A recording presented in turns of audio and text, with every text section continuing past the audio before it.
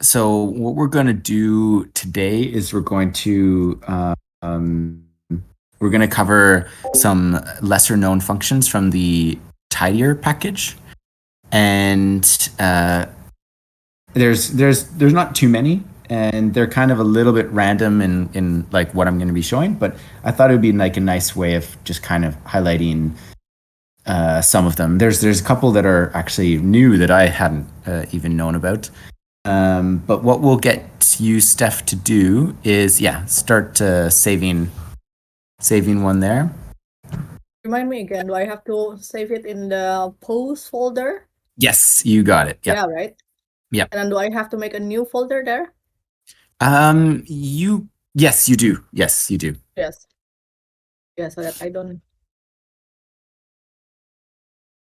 Okay, so then can we actually switch to the source version so that I'm just more familiar with the source version? Or we can try with the visual mode. So if you start and create a new code chunk here. What do you mean by source? So right now you're in visual mode, visual editor mode, which is fine. It's not a big deal actually. Aha. Yeah. Wait, how do I switch? There's a little button at the top where it says visual and then source. Yeah.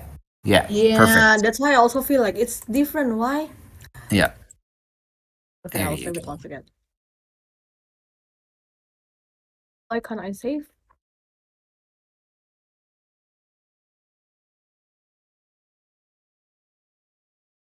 Maybe No, try cannot making a save. new one again.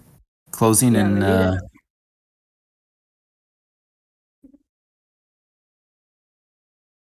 Okay, I'll just make a new one. I cannot even make a new one. See? don't save. Yeah.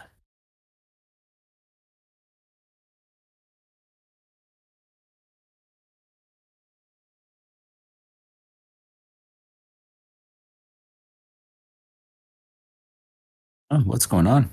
Yeah, exactly. My question. Maybe close our studio entirely and start it up again. I will.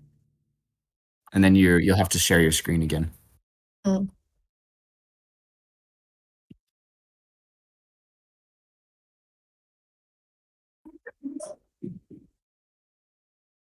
But so while you do that, I'm gonna cover. I'm just gonna mention covering a couple of functions. So there's this one called separate wider by a delimitator. So it's separate wider delim. Another function that I'm gonna go over is expand, and then there's another one called drop NA, and then I'm gonna cover a thing called nesting. Sorry, nesting. So hopefully we'll be able to get that all done today. I think so. Is everything okay, Steph? Mm. I will. I just. Yeah, it looks better now. So I'm opening the RStudio again. And now I will reshare my screen.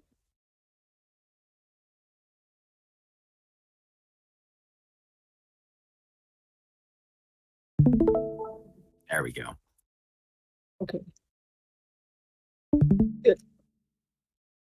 Okay, so let's make a code chunk there. Mhm. And what we're going to use is do library tidyverse. Mhm. And so the first thing I'm going to show is like a combination of the pivot longer and pivot and separate wider. So separate wider is a new function. Hopefully, actually, you might have to. Well, we'll see if you have this or not. Okay. Yeah. Oh, shall I put a new chunk here? Yeah, make a new chunk. You got it. So then now we're going to use this data set called who. So it's called who2. So W small, all small, WHO 2. Then you're going to pipe. So actually, first run this just by on its own. And you'll see here that it's a data set that has information on, I think it's tuberculosis. And inside the data set, you can kind of see that there's sort of random names for columns, SPMO, like whatever, a lot of random stuff. And so if you scroll back up, so one of the things, when we have a data set like this, where each of the columns are named in this particular way, they're not really super helpful for us to work with. But sometimes this is useful for data entry purposes to like write it up like this. And you'll often encounter data sets that look a little bit like this, just because, people around the world have very different ways of inputting data. So the thing with this is that each column, it starts with the way that it was, the method it was, the way that it was diagnosed. So you see here it says REL and then underscore F and then underscore 014. So that's one of the columns. What that says is it's using I don't know what the REL stands for, but it's in the help documentation. But that's a method for diagnosing tuberculosis. F is for female, and then O14 is for the ages between 0 and 14 years of age. So there's like actually information, like there's data inside the column name. So what we want to do is we want to take the column names and we want to convert them into actual data values as rows inside of a column. So what we're going to do here is we're going to pipe who. And the first thing that we have to do is we have to take all of these columns and convert them into the long format. So right now they're in the wide format. What we want to do is convert them into the long format. So the way we do that is type out who. I'll let you finish. Thank you. So who to. Sorry, yeah, who to. And I think that's two W's there. Oh, yeah, you're right. Who to, and then new line, and then pivot. Oh, now it's too tiny. It's a little small for me to see. Okay. Zoom. Yeah, zoom. Is it better for you? That's better. Yeah, that's better. Thank you. Yes. And then pivot underscore longer. Open close bracket. So then inside there, what we want to do is we want to pivot all columns except for certain ones. And those two ones that we don't want to pivot were the country and the year. So we'll do minus C. So wait, go back. Minus C, open close bracket, country, comma, year, open close bracket. Yeah, and then run that just so you see what it looks like. So now we have two new columns. They're called name and value. So the name is the original column name, and the value is what it was before. So what we want to do is we want to split that name column into 3 separate columns, because the first one is the diagnosis method, the second one is the gender, and then the third is the I guess technically sex. The third is the age group.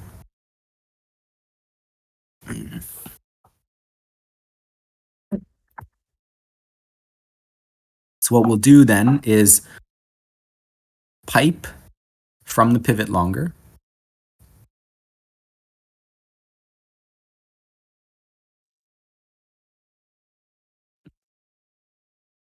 Oh, from pivot longer, yeah. So I don't. Yeah, you can do that from there. Yeah, whichever one makes it easy for you to know how to keep notes and all that. It's tab, and then separate underscore wider underscore delim. So delim meaning There are several ways that you can do this. You can use it as a regular expression to say, like, if it was a little bit more of a complex separation between the values, you can say, you can use regular expression like we had learned last session on splitting up the columns or the values, I mean. But in this case, the only separation is the underscore. So what we're going to do is we're going to say the column that we want to separate is name. So that would be the first argument. Name, comma, and then delim equals the underscore. Yep. And then go on the other side of the quote, comma, and then names equals. So these are what we want the new names to be called. So then C, open close bracket, quote, diagnosis underscore method, and then comma, quote, sex, then go on this comma, quote, age underscore group. So now we can run this. So control enter. Yes, that's nice. And now we see that it's been split up into multiple new columns. Now we can even go a step further later on to then fix the age group category, but we won't do that right now. And so this separate wider by delim is a relatively simple function in terms of simple but powerful, because it takes whatever delimiter you have and splits it into the columns that you want. The separate by regular expressions is much more powerful, and you can do a lot of really neat things with that. But we're not going to go into that because regular expressions is a whole other thing.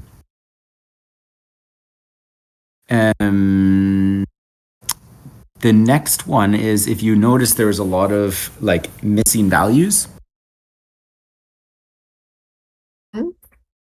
And an easy way of dropping those missing values is if we pipe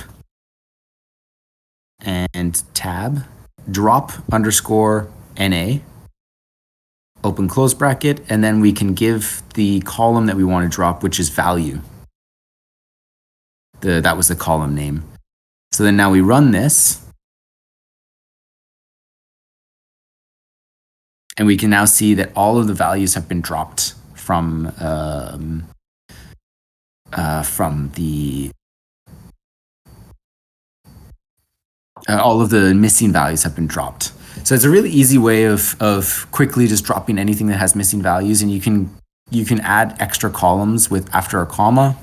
So that's an example of how to use the separate wider. The next one I want to show is so if we go create a new code chunk, and we'll talk about expand. It's called expand.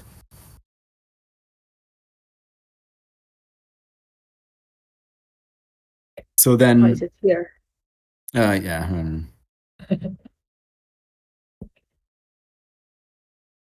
And then in there, we're going to use a new data set. So instead, we're going to use we're going to assign it to an object called pixel. So PIXEL. I don't know what it stands for. And then NLEME. Sorry, NLM. LN? M as in me. Oh, and Yeah. okay. ML. Yeah. E. No, the delete. Yeah. Colon. No, you had it right there. The E there. Okay. Is this correct? Nope. NLM? Delete one more time. E. Yeah. Colon. Colon. With brackets, right? Or No problem. with brackets, or No. Colon. colon. There we go. Why do I think about quotes? Sorry. No problem. Yes. And then capital P pixel, so capital P pixel, Yes. that one, and then pipe, because right now it's in a different format, so we have to convert it into a tibble. So as underscore tibble, okay, open close bracket. So then run that, and then in the next line write out pixel so we can have a look at it.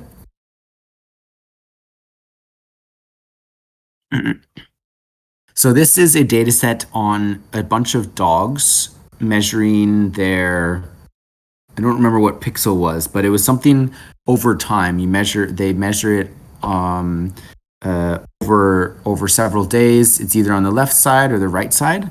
So it's like each dog has measurements by day and by the side. So either the right side or the left side. Sometimes when you have like time series data, you might not have you might not measure a dog or in this case a dog, but you might not measure a human or cells or animals every single day. I mean, usually we try to, but like with humans or other free living creatures, it's difficult to get it exactly on the same day as everybody. So what we end up doing is it's like maybe some days are missed or whatever.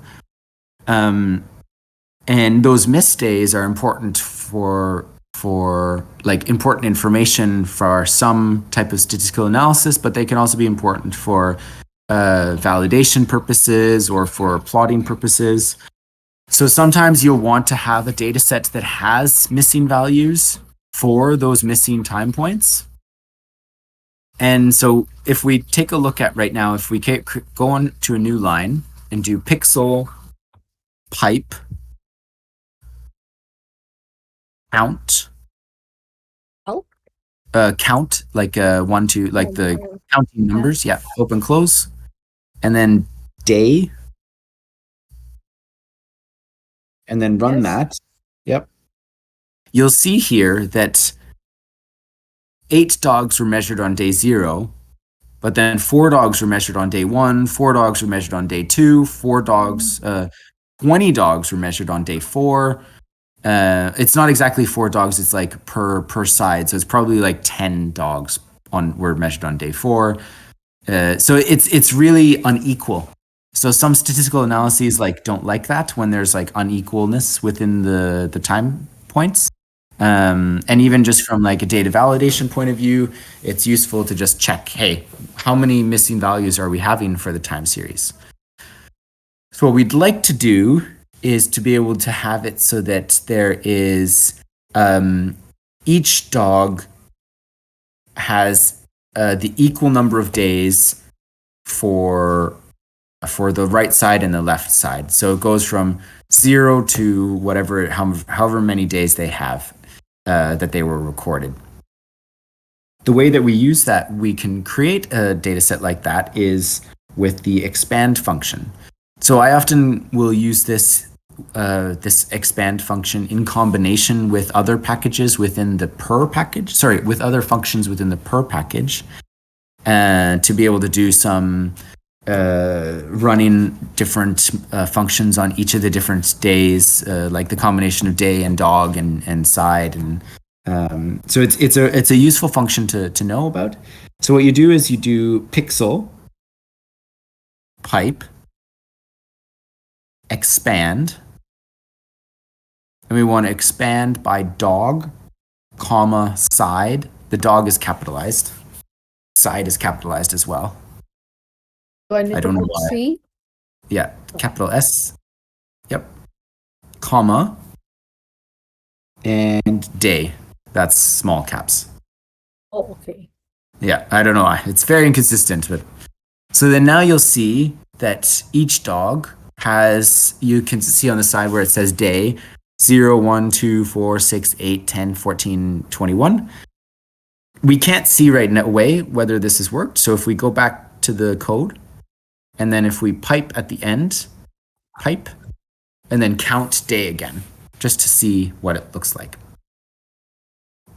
You have to end with a call. Yeah. Rerun it. You can rerun it. Yeah. There we go. So now they're all 20. So this is a really neat way of being able to have like a full, complete timeline for each person, or in this case, dog, for each day, compared to what it was before, which was 8, 4, 4, 20, 18, 12. But how can it be? Because previously it was only like 4 for day 0, and suddenly it became 20. Yeah, so what that does, and right now it won't do this, but what we then can do is if we pipe into, instead of count, replace that with left underscore join. And then instead of day, replace that with pixel. And then run that. So now you'll see that there's a bunch of missing values. So it's kind of like the opposite of drop NA, is it adds missing values to where the time point should have been.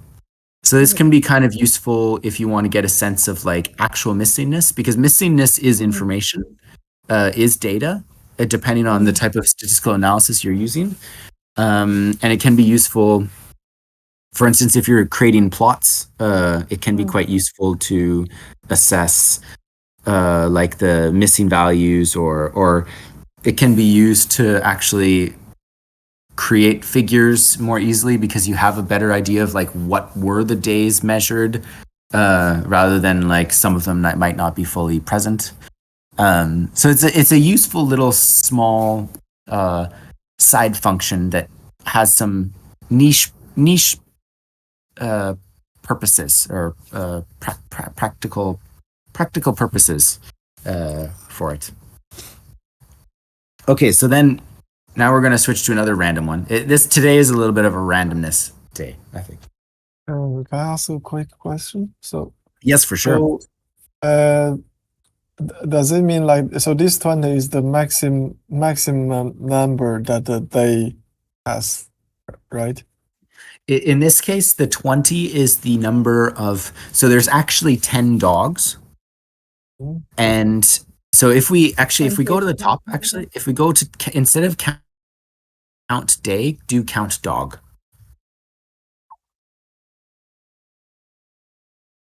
Capital D, dog. So good. And then if we scroll down, you can see there's like, you can see on the side, there's 10 dogs.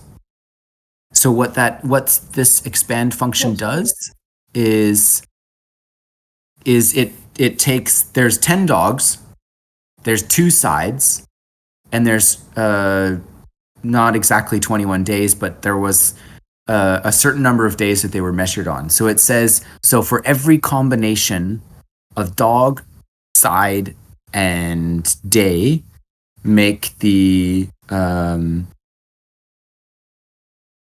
make a full matrix. Basically, it's kind of like making a full matrix, making a full spectrum of all the different combinations of dog, side, and day.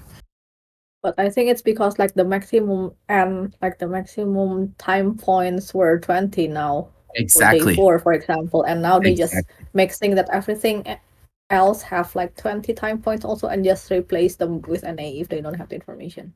Yeah. So to make the full matrix indeed, yeah. Yeah. So this 20 is not 10 times 2. No, it's just 20. Oh yeah, maybe. 10 it would be 10 times 2, because it's 10 dogs times 2 sides. Yes. Exactly. Yeah. Exactly. Sorry. Yeah. Does that answer your question? Yeah. I mean, it could be like, or what if it's like, let's say it is 19 here? It's possible, right? Yeah. 19. No, but then it will still be 20. There'll still be 20. As long as there's 10 dogs doing 2 sides. If there was 10 dogs without doing any sides, then the number would be 10. So it's entirely dependent on like if we scroll up to the expand, we'd see that it would be like the expand is by dog, by side, and then by day. So then, because we're counting by day, we're actually multiplying dog by side. So that would be the number of dogs by the number of sides. So it's 2 times 10.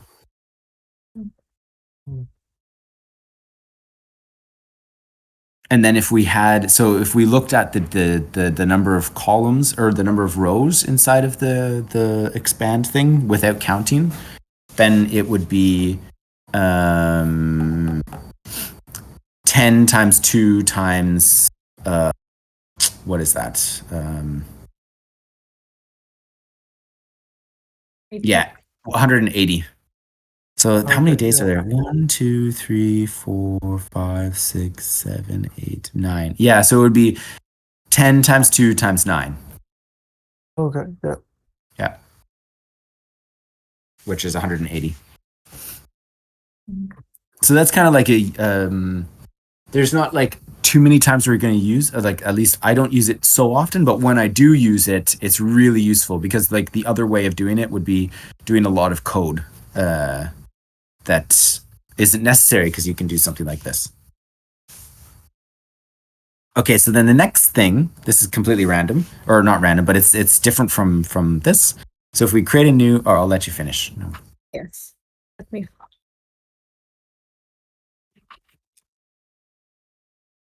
Yes, I created a new account.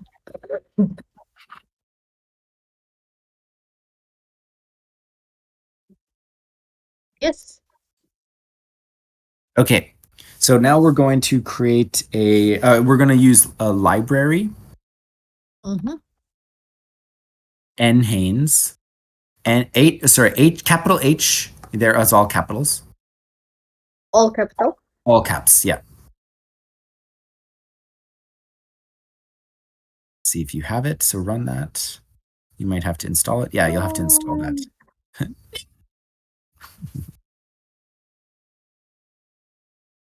Perhaps I install first.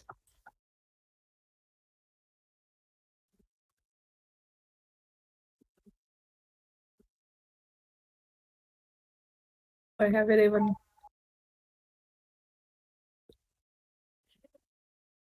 There we go, all done. And run. So then if we look at Nhaynes, so just run Nhaynes, all capital Nhaynes, run that just by itself.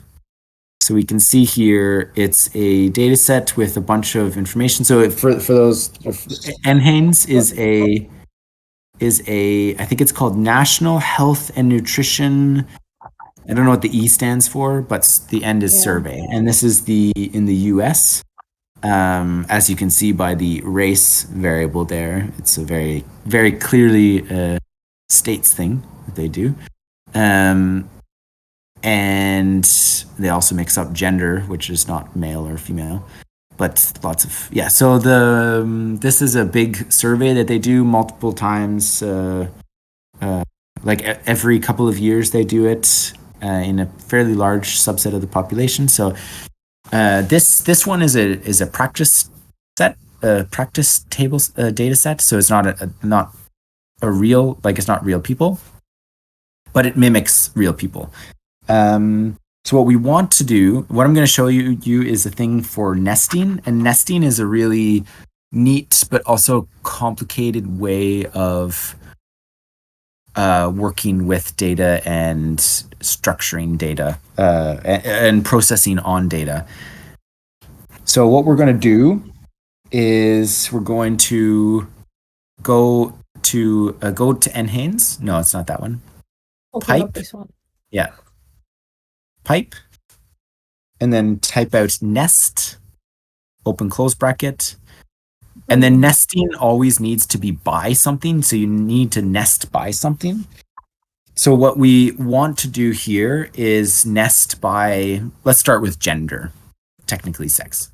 And that's capital G. And then the by is dot by. It has to be dot by. There we go. Now run that. Now, what you'll see here is now what's called a nested, the data column is called a list column. So it's only 2 rows. And what this has done is now it's taken all of the data, split it by gender, taken out gender, and then made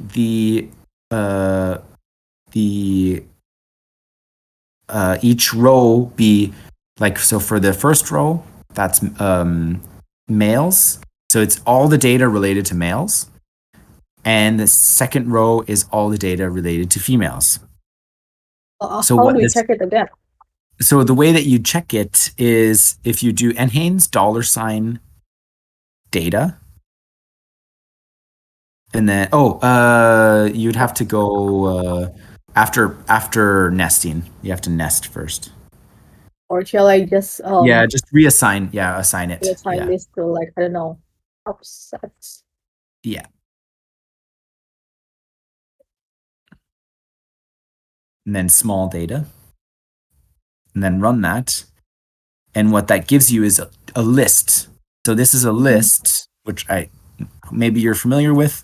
But the way that the nest works is it creates a list column. So it's treated as a data frame, but it actually has lists inside of the cell, and which essentially means that that column is a list. So you can see here that each list. Okay, let's go on my type.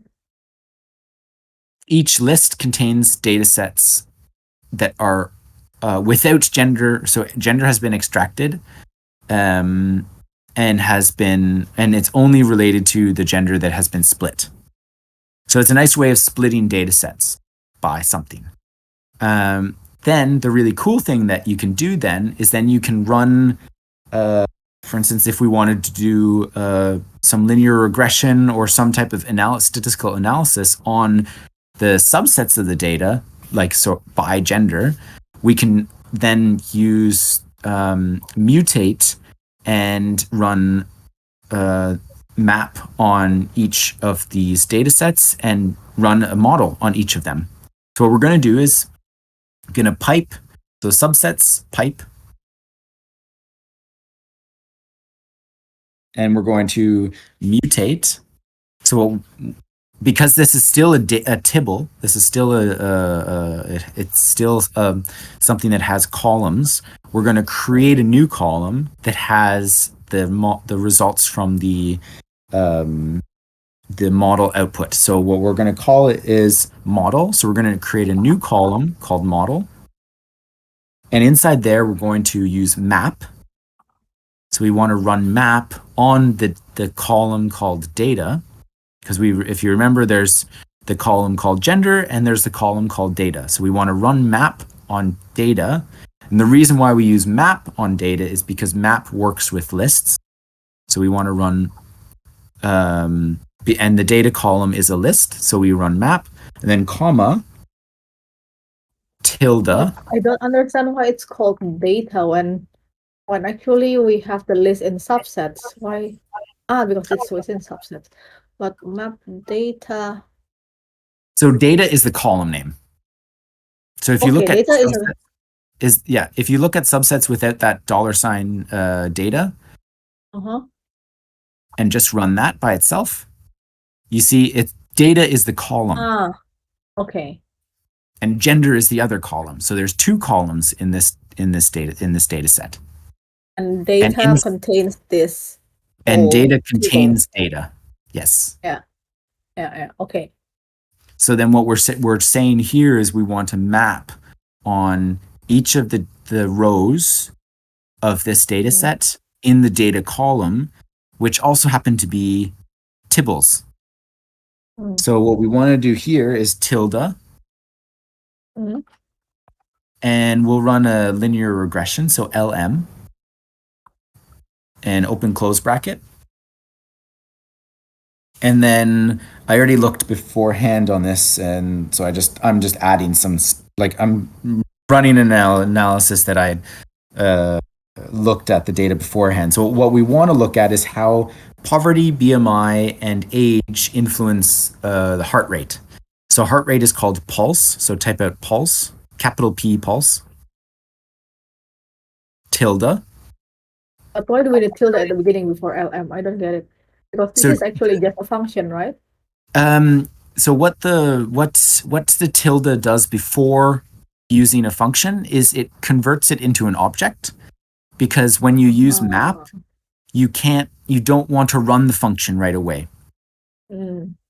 We use map in order to say, here's a bunch of items, and I want to take this object that will be a function, and I want to run this function on each of the items. So we know there are 2 rows inside of that data column, and we want to run the LM function on each of those rows. It's a way of taking something that isn't originally sort of vectorized and making it vectorized. Yeah. So then we do BMI, BMI plus capital P poverty plus age, comma, data equals, so in this case, data isn't the column, data is the argument to LM. And because we're using the tilde, the tilde within the map, there's a special character that refers to the object that is the data at the very beginning, and that would be .x. So if we type out .x, .x is saying take that row from the column data and place it in the position of .x. So for each time, it kind of like is a for the first column, it would be that first row, and then for the next one, it would be for the next row.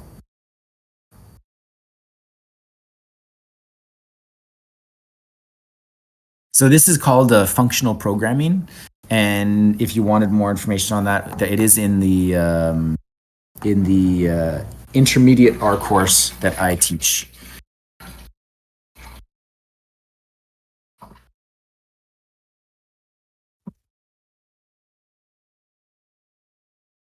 So if we run this now, we can see now there are 3 columns. One of them is a tibble of the data, and the other one is the model, which is the results of the linear regression.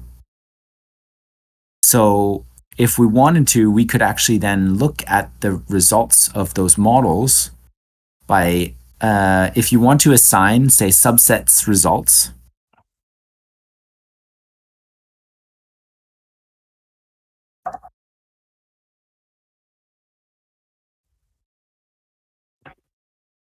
And then $model, yeah. And then run that, and you'll see that that is the results from the linear regression. Now, right now, it's not really useful because it's in this format right now. So what we can do is we can use a function from the Broom package. And so go back up. What we want to do is we'll create a new column in this data set that has the tidied up version of the model results.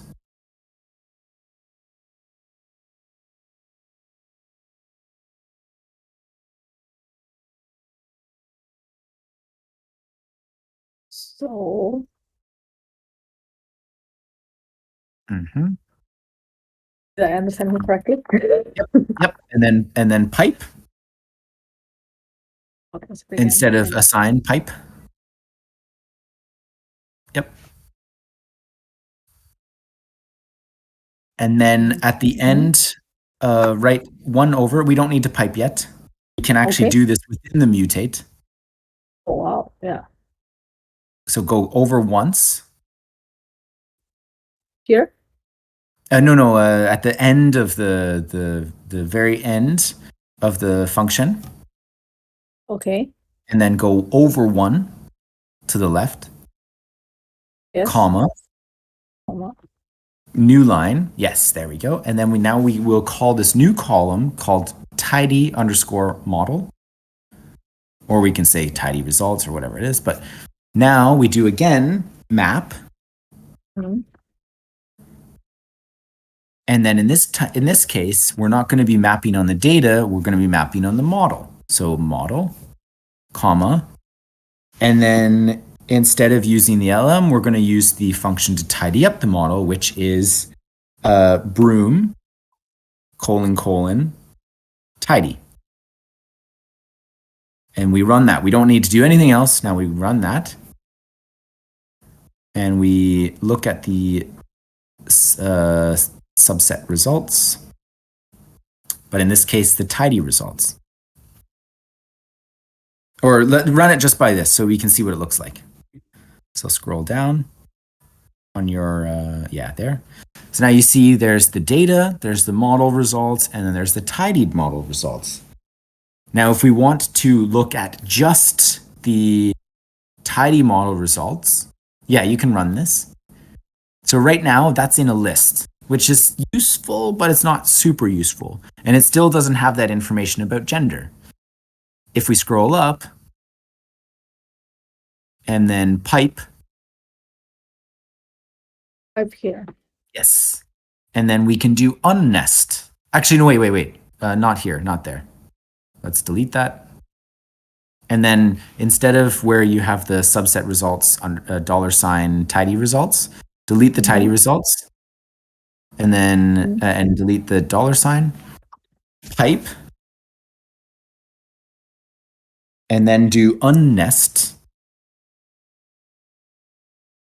And we want unnest the tidy results. So tidy _ results. Now run that.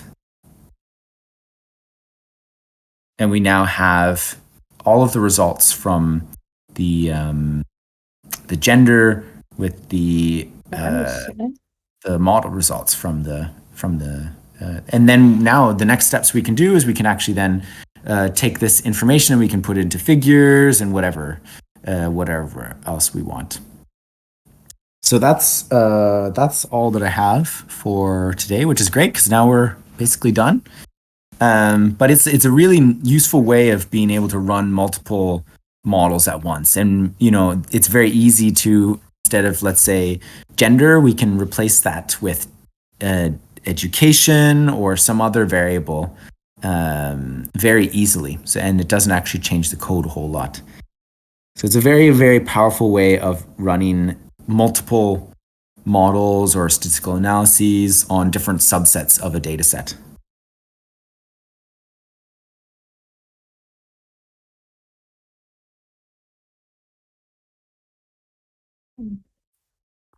Nice. I wish I know this earlier. Yeah. My life will be less painful, I guess. So, sorry, say that again? I wish I know this earlier. My life will be less painful. I know. Me too. I wish I knew this earlier too. And but Right. it didn't exist. A lot of this stuff didn't exist when we were learning. Okay. I mean, this one has been around for probably a little while, like maybe 4 years or something, but not when I was doing my PhD. It didn't exist. But yeah, it's a very, very neat way of being able to run multiple things. And just to show an example, like if we scroll up to the top, just a little bit up there, and then instead of doing nest by gender, replace it with education, capital E, education.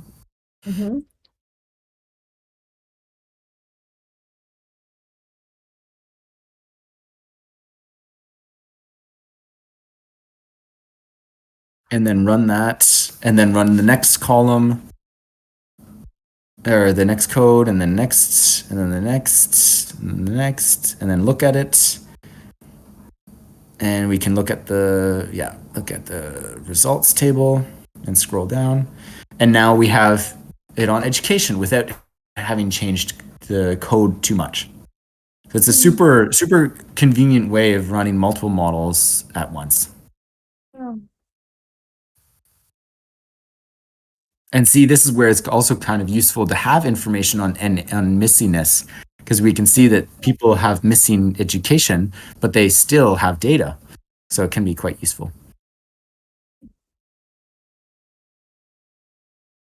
But yeah, that's it for today. Thank you, Luke. Yes, thank you. And I'll stop sharing my screen. You can stop sharing your screen.